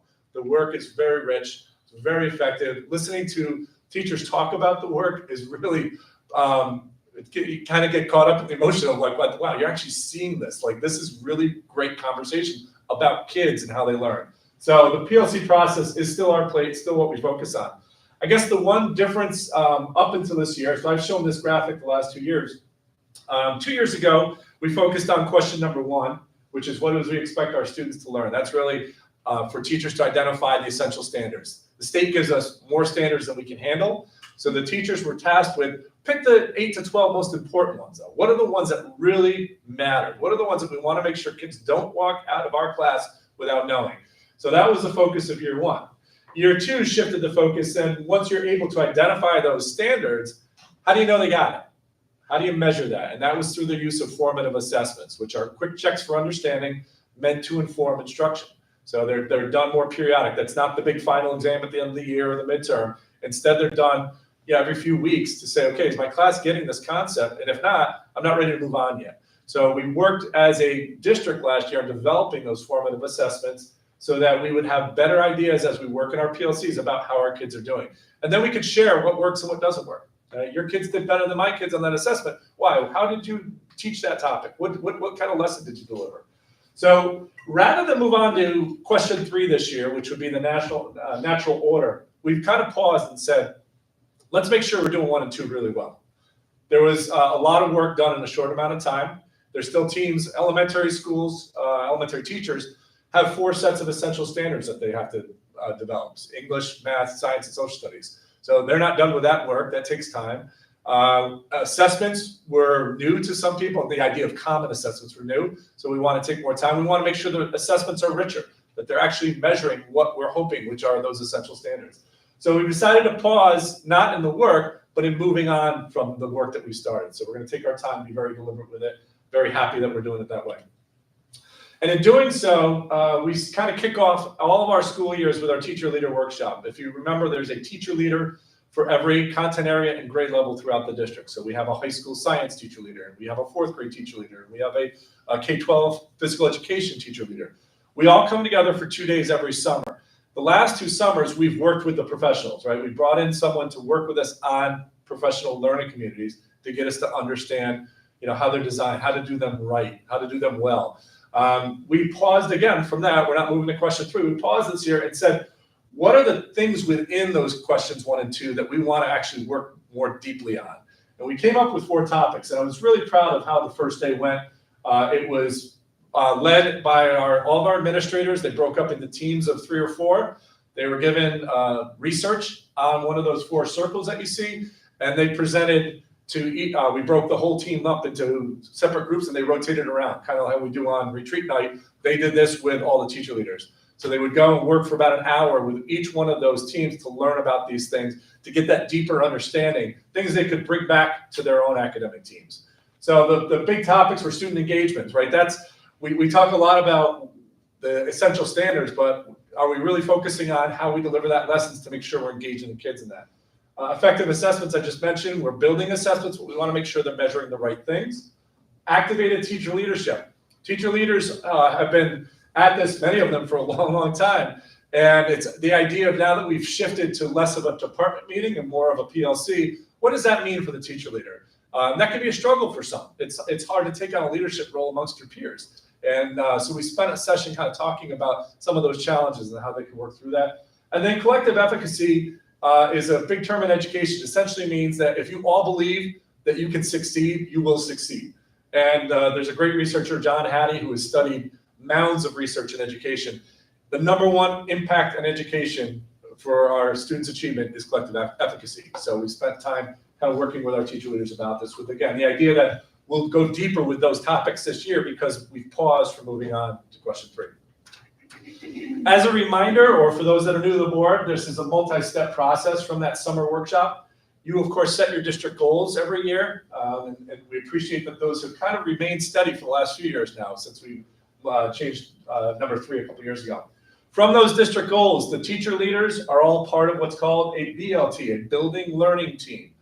And those building learning teams on the second day of our summer workshop work together to develop SMART targets. All right, those are targets that can be measured, that are timely, that are attainable. They work together at a K-5 level, a 6-8 level, a 9-12 level to build objectives that will help us as a district meet the 3 district goals. And those goals are measured throughout the year and reported on throughout the year. That's what you'll hear about over the next 3 months from each level. They'll come and talk about their objectives. Underneath the objectives, the teacher leaders then take back to their teams what the objectives are, and those teams then develop what action steps they can do as a math department, a 3rd grade team, an art department to help the district and buildings meet those SMART objectives. So it's a multi-layer process, a lot of hands part of this, right? This isn't just 5 people doing the work to solve the goal, hit the goals. It really takes everyone focusing. Again, think of Jim's picture of the arrows going all different ways versus the arrows going in one way. This is the arrows going in one way. So again, still the primary focus of the work that we want to do. As I said, there's some exciting work beyond this. And I look at those blocks up there, and there's a lot of really great stuff. This is very exciting for me. I come from an innovation background. I love trying to shake things up a little bit, and I kind of had to hold back. And even still, I want to hold back and say that those are great blocks, and I'm really excited to talk about them, but they still don't replace the plate. And in fact, all of these things can support the plate so that we're still focusing on what our kids are doing in the classroom. So I'm going to go into a little bit about what this work looks like. This is all work that is kind of gearing up this year. You'll see a lot and hear a lot about pilots. We're trying things in very small doses so that we can make sure it's going to work and report back on that. Our first big program that we're going to take on is something that's been coming for a little while. It's the MTSI grant. The I stands for Integrated. New York State named that themselves. MTSS is multi-tiered systems of support. So multi-tiered systems of support is something that's done nationally. The New York slant on it is putting an I at the end for integrated. So they put out a grant a couple years ago, probably one of the easiest grants that we've ever applied for. I think it was like, hey, you're interested? And we wrote back, yes. And we got the grant, which is unlike a lot of grants that we do. So we were awarded the grant January 2022. Did not even realize it, but we were one of only 29 schools statewide to be chosen for that grant. And what does that grant do? It allows us to really dig into our MTSS process. And MTSS really covers 2 sides of the house. And I'll talk about the next slide. I'm realizing I don't want to jump ahead yet. But it also gives us a coach. So we have I guess I'll call him a professor from SUNY Albany, a researcher, who is assigned to our district. He will be spending 1 day a month in our district. He'll be working with a district team in the morning, and then he'll be visiting the 3 elementary schools in the afternoon. So we'll get the benefit of his expertise around MTSS. He's been in education forever, understands the special ed world. He understands the world of discipline, academics, and how they all come together. So we're really going to benefit from his knowledge and helping to really refine our MTSS process. The why of MTSS. Why do you do MTSS? It's a lot about data-driven decision-making. So we are going to be collecting a lot of information this year. And it's really for us to start to paint a picture about what challenges our students are facing, not just in the academic world, but in the behavioral side of things as well. Obviously, if you can't regulate as a learner, it's hard to learn. So we want to bring this all together. You'll see the umbrella at the bottom. It's really, MTSS is the umbrella that encompasses a lot of things. It encompasses our RTI, response to intervention, and AIS teachers. It encompasses social emotional skills. It encompasses discipline behavioral issues. So it's really that whole child approach to understanding why students are successful and why students are not, and if they're not, what we can do as a district. So that's going to be the focus of our work. This year, it's focused specifically on behavior. which, as you remember from our summer presentation as part of the retreat, is a big issue for us as a district. So the timing couldn't have been any better. We're thrilled to actually be focusing on this at the K-5 level, and then next year we'll roll into the academic side of MTSS. Another thing that I have presented on in the past, but I have some updates on, is our teaching and learning cabinet. Again, as a reminder, or for those that are new, we have 8 teachers that were selected to be part of a teaching and learning cabinet. This is our 3rd year of doing this work. And the idea with that cabinet is we wanted to get a group of teachers together that would think a little bit outside the box, that would say, okay, what's going on in the world around us? And if we wanted to bring it here to Averill Park, would it make sense for us, for our community, for our students? And there's a lot of great innovation happening in education throughout the country, but it doesn't always make sense and doesn't always work here. So that group spent the first year researching a bunch of different topics, and they presented it to the administrators. We narrowed it down to one single topic last year, and they spent last year developing implementation plans at each level. What I love about this, it's grassroots, it's organic, it's coming from the teachers, it's not coming from us. I facilitate the meeting, they basically are running it. They're doing the work, they're fun to work with, they're fantastic, really motivated. So what we settled on for this year, what we'll be rolling out, is the concept of digital portfolios. I talked a little bit about what we've done. I'll talk a little bit about what it's going to look like at each level. At the K-5 level, we're really going to be focusing less on building a portfolio, but more on building the skills needed to build a portfolio. So not just the how do you use a computer, but how do you create something with that computer? How do you go to that next level? How do you reflect on a piece of work? Those are the skills that they're going to be introduced to once they get to the middle school and they start to build that portfolio. So at the middle school, we have a couple of teachers, again, not doing it whole building, not doing it whole grade. We have teachers at different grade levels that are going to be trying this out with their students to see what works. So we'll do kind of a pilot at the 6-8 level, and very similarly at the 9-12 level, students are going to have the option to be part of this, and we have a few teachers, again, managing that process to get them into it. We're calling it very authentic, or old school of us, I'll say, mixtape, as a way of, one of the things that we learned through this process, and we talked to schools who have been doing digital portfolios have a little bit of a negative connotation. They have been in education a very long time, and people think of portfolios as that folder that gets passed from the 3rd grade teacher to the 4th grade teacher that no one looks at. And we didn't want that connotation with the work that we're looking to do here. So we wanted this to be about the kids. We wanted this to be a playlist of their life. And so mixtape was really the thing that we settled on. We love the AP part of it as well. Fit beautifully into the name. So the why would we want to spend time on portfolios? Well, it's a catalyst for empowerment. This is going to be student developed and maintained. We're going to get them going, but this is really on them to build something. And again, it's more about that intrinsic motivation and not the extrinsic motivation. This is about them being able to build something they can be proud of, they can take with them when they leave us here and move on to whatever it is they choose to move on to. It's a personalized library of learning. It's going to be multiple years. Our youngest students this year will be in 7th grade. We expect that might drop to 6th by next year. So from 7th through 12th grade, at least they'll have a collection of work that they can actually build upon. It's a safe space. We talked in our group when we were doing our research, when kids go for jobs, they go to apply to college, it's not unusual now to have those employers and admissions office search for that student's name. And we want what they find to be really positive. And it has a chance to overcome anything that possibly was negative, and hopefully nothing at all. But you also don't want nothing to show up when they search your name. So this is a chance to build what we call a digital footprint. It's a way to have them show up when a search is done. It's a living, growing student story. So this is, again, not just their school success, but it's outside of school. And more importantly for me is the reflection piece. Why did you choose to put that in the portfolio? That's a higher level thinking skill. It's not just pulling something out of a folder and throwing it in on a website. It's actually thinking about why you chose it. And lastly, it's the vehicle to approach the future of education. We believe that this is going to have an impact in high schools at some point. For a little bit from New York State about some portfolio stuff they're talking about. But more importantly, we've talked to college admissions officers who said they would love to be able to look at something like this when they're trying to make a decision. It's getting harder and harder with the number of applicants. SAT scores aren't required. It's like, how do you differentiate one applicant from another? Having a portfolio to go with it, we think would be a big factor in that decision. Can I ask a question on this? Like, what kind of items do you envision being put in the portfolios? It's going to be, we're going to make this very student-led. So I think at the middle school, you'll be a little bit more directed on some academic work. But as they get into the high school, if there's an interest, a passion that they have, We want that to be reflected in the portfolio. We will recommend that they do some academic work as well, but we really want this to be about themselves. So like if they had an English essay that, or ELA essay that was due and they were like, oh, I really like the way this turned out, that goes. Yep, Okay. exactly. I'm thinking that they're. Shifting to another really exciting adventure that we've been on. We talked a little bit about this in the, I think the winter time when we were putting forth a contract for a consultant. We have what we're calling a flexible furniture pilot.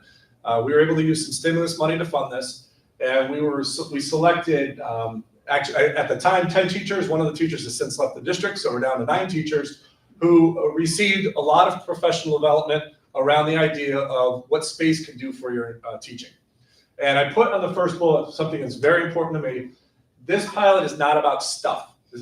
Granted, the classrooms received stuff, but by wrapping professional development around it, doing it before they could even select any furniture, we've made it about pedagogical practice, how you teach. And what we learned from our consultant, there's a picture of him there sitting on the desk on the left, that's David Stubbs. He came up to us from Georgia. One of the best experiences that I've ever had with professional development. He talked a lot. He's not an educator. He's an engineer, architect. He worked as a director of facilities for a large school district in Georgia for a number of years. He designs furniture now as a hobby. And he was a terrible student. And what he talked about with how space affected him as a student, and how we have to think about every learner in our rooms, and how we set up our rooms, what they walk into, how space gets utilized, how negative space gets utilized, was amazing. Got all of our teachers thinking. So we're really hoping this is more than just about new furniture in the classroom, but really about changing the way that we teach. So we're looking for spaces that are flexible, agile, and student-centered. We spent 15 hours. Dave's gonna come back one more time for a wellness check in November to see how the teachers are doing with the new furniture. And just some pictures of what we've seen.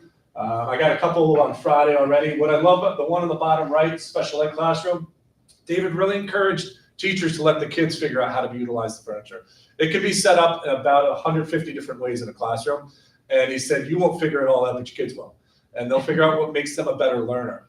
We've incorporated hard seating, soft seating, storage options, a lot of movable furniture, a lot of things on wheels, so you can easily move things around. You can change from one concept to another based on classroom design, whether that's within a block or from day to day. So I'm really excited about where this is going to take us. Again, we're piloting it with nine classrooms, but the big focus being professional development. Our social and emotional skills work will continue this year. This has obviously been a focus. You heard from the curriculum renewal team a couple of years ago. We've done a lot of efforts, as Jim showed us in our August meeting, around wellness days and Warrior Wednesdays. We're turning a lot of this work back from the district focus to more of a building focus. They essentially know what the needs are now in the buildings based on all the work we've done. But we're going to continue to support the CASEL 5. Those are the national SEL standards that New York State kind of bases their benchmarks on. So it's self-awareness, self-management, decision-making, relationship skills, and social awareness. And one of the things we're excited to unroll this year is at the K-8 level, we'll be using resources from Second Step, which will explicitly teach these kind of skills. So problem solving, decision-making, empathy and kindness, goal setting, peer conflicts. Our counselors will be pushing into the classrooms to deliver those lessons at all levels of elementary. Middle school will also have some bullying work brought in as well. So excited to have that work continue at the building levels, more explicit. It's crazy, but we explicitly need to teach some of these skills. They just aren't assumed that the students will have it. So we want to work on that, make sure that they are all getting what they need to address the social and emotional skills. And lastly, I put this last because this is probably the newest thing that we've started looking at. And it's really in its infancy, but again, pretty excited to see where it's going to go. We know that there's a lot of research about how schools grade, and a lot of that research says that how schools grade isn't best for kids. And they've been saying that. This is nothing new. They've literally been saying it for decades. We have a lot of traditions built into grading, and they're very, very difficult to overcome.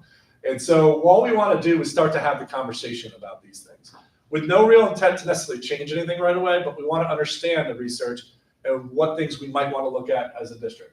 So last year we started a book study with a small group of teachers called A Repair Kit for Grading. Then we saw Tom Gusky, who is like the godfather of grading and reporting. We got to see him at Questar this year in East Greenbush over the summer. He'll be coming back in February. So there was a group of teachers and administrators that saw that. His book, On Your Mark, really describes the process to start these conversations in your district. So we're starting to read into that to figure out how we're going to form a group. We're going to learn from those that are doing it, both internally and externally. We're certainly not the first ones looking at grading reform. And we also have some teachers this year that are trying some things out, which is really exciting.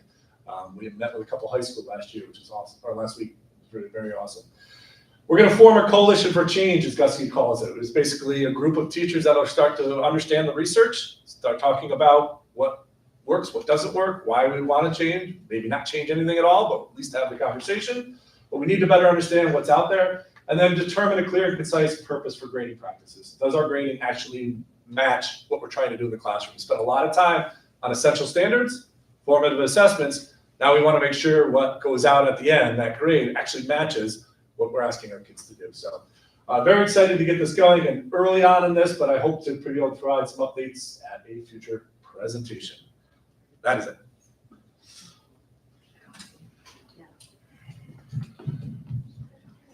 Thank you. Your master's degrees will be handed out. Yeah, I'll turn it over to you guys for questions. I have, that's, go ahead, Jess. Well, first I want to start by saying thank you. I mean, great presentation. Love your enthusiasm because that just speaks to what the rest of the district's getting from you, which is just phenomenal. And it's great to have that enthusiasm coming from all angles. So that's great. I really appreciate that because Megan and I were like, wow, he's like, love this. Which is great because that's what you should be doing. Jim has a name for me for that. So it's great. And I'm really glad you're evaluating the grading. I know my son, when he was moving into advanced placement English from, I guess, 10th grade to 11th grade, he like wasn't placed in, but he had like a 98 average. So I'm like, I don't care that he wasn't placed in, but he shouldn't have a 98 average in the English class if he's not making the grade to be placed in. So, and it probably works the other way too. And so to make it better for all students is going to be wonderful. And I love that you're trying different things to reach, to maybe solve problems for different kids in the way that they different learning styles with the space. I think it's all really positive, and thank you. Thanks. I think the way that we grade that research is super important for the kids who are neurodivergent, who don't sit down and take a test the same way that a neurotypical kid does. And I can tell you, my 14-year-old can sit down and have a conversation with you where he can clearly express that he understands the concept. But if you were to test him on it, he would fail the test. So I think it's important to recognize the different ways that kids learn. I'm young enough to remember all the ways that education was not cool with neurodivergent kids when I was coming through. The very hardline rows, alphabetical seating. I mean, the only benefit I can tell you is I met my husband in homeroom because he sat in front of me in homeroom. And he sat behind me in English class. And so it was beneficial for that, but pretty much nothing else. So I appreciate the level that you're going to. I think our community and the children of the community really are going to benefit wholly from all of these efforts. And to the point of your passion and your excitement for being able to dig in and do this, it is contagious. So I think that's fantastic, so thank you. Thanks. I just had one question about the portfolio concept, which is, in the world's longest master's degree, we actually did that as well. As a master's student, we that was part of our final concept. But so to have kids starting, I mean, that's where they're going. They're smarter than us in like most ways, or they're definitely going to be they're adults.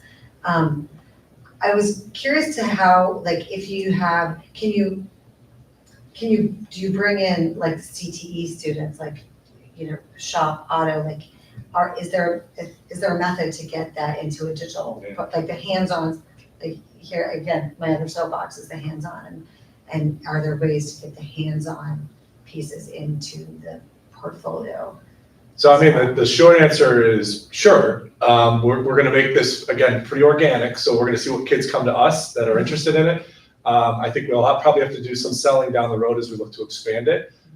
Sell them on the idea of why this would be beneficial for them if they're going on to college, career, whatever it might be. To have this collection of work is really valuable. But we wanna make sure, again, that intrinsic value is there and not force people to do it. We're not looking to grade this. We're really looking this to be about the kid, and that's going to take some time. Not every kid is intrinsically motivated to do anything dealing with school. So I think once we start to see some products come out from kids and share those things, we're hoping that it will expand.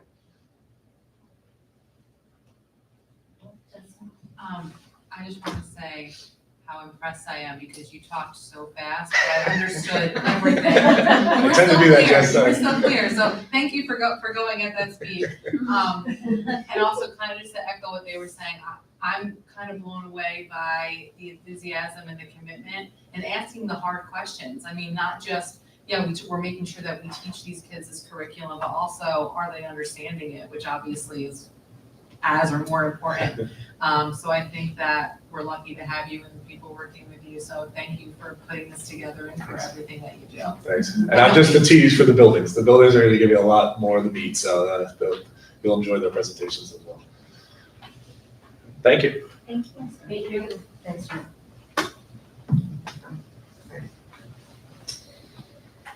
We are at our second public comment session, but I have no issues and the usual suspects here.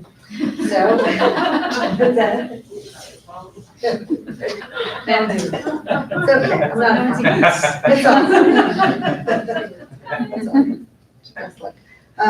So we'll go to board member reports and we'll just over to you, Michelle, with anything you want to bring. I just want to thank everybody. It was a good night and learned a lot, and so I'm excited for the year. I have nothing to add. That was Yeah, I know Megan's gonna thank everybody. So,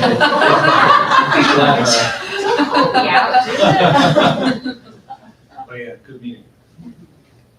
I had a couple things, which is weird, right? So I just wanted to actually thank your wife, Jean Stewart. She just volunteers to put murals throughout Miller Hill, and it is fantastic. Back to school, kids walking into this fresh, amazing, the Lorax is there and all the, it's just really awesome. No, just coincidental similarity. Oh, Really it looks the like Lorax. it. It's not the same. But everything is so awesome, and the kids love it, and it just gives them so much joy to walk into that school. So I really appreciate her time and effort on that, and I know the teachers just absolutely love it. And on a more serious note, obviously, I was a first responder during 9/11. My husband was also on my APB, I was an EMT. And I just want to say I appreciate the school.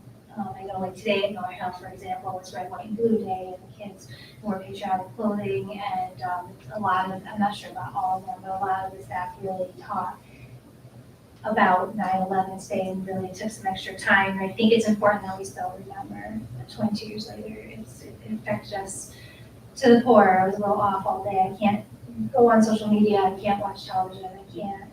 I was there for days and months. Yeah.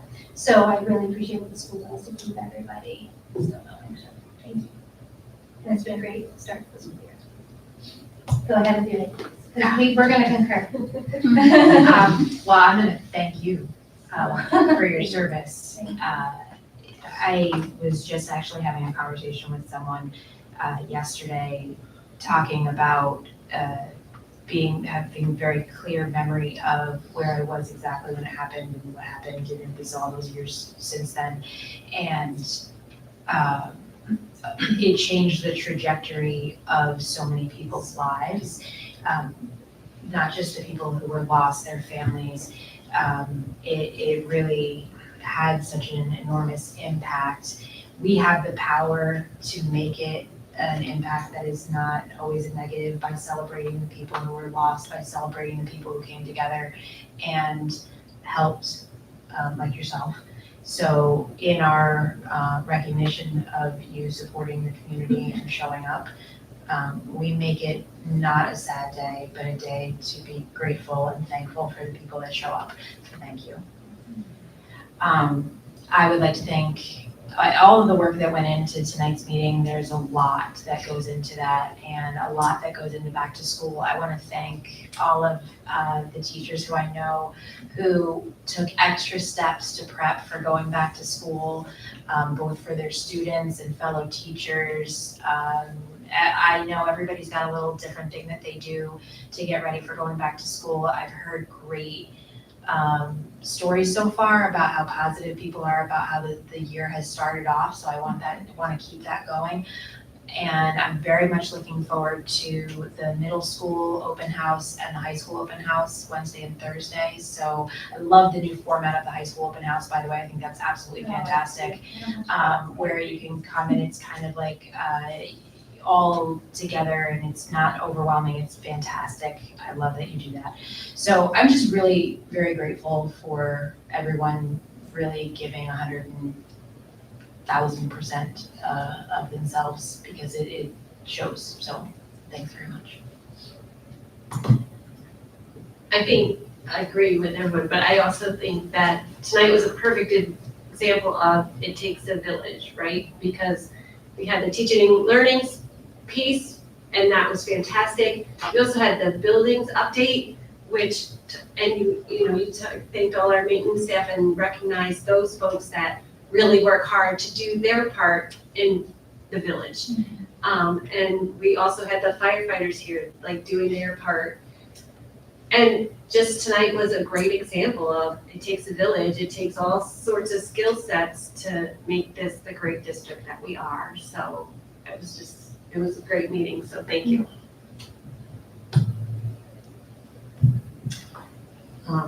Yeah, I just, what everybody said, there's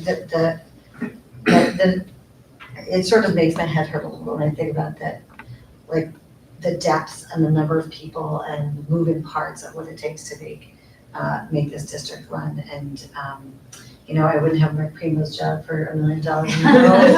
And I could say that for most of you guys. I do, it's a hard job and it's like the most important job. If we can't educate our kids and keep them safe, then that's like all bets are off. Like it's a done deal. So, I'm very grateful that my kids are now in your care. And it's transitions. Well, I got that. Yeah. It's time. It's a long summer. It's time. It's transitions, just like even from when they're toddlers. Like transitions are hard. It's the school gets it up and running. It's not without its hiccups. And the only thing I will say, and if anybody's watching this, is like AP has resources to bring to bear, and I appreciate it, and I would encourage parents to utilize those resources, right? Teachers are busy getting up and running, bus drivers are still learning their routes, but the administration, the teachers that will answer emails, they will pick up the phone, they're here for us, so make use of them. And please take my kids.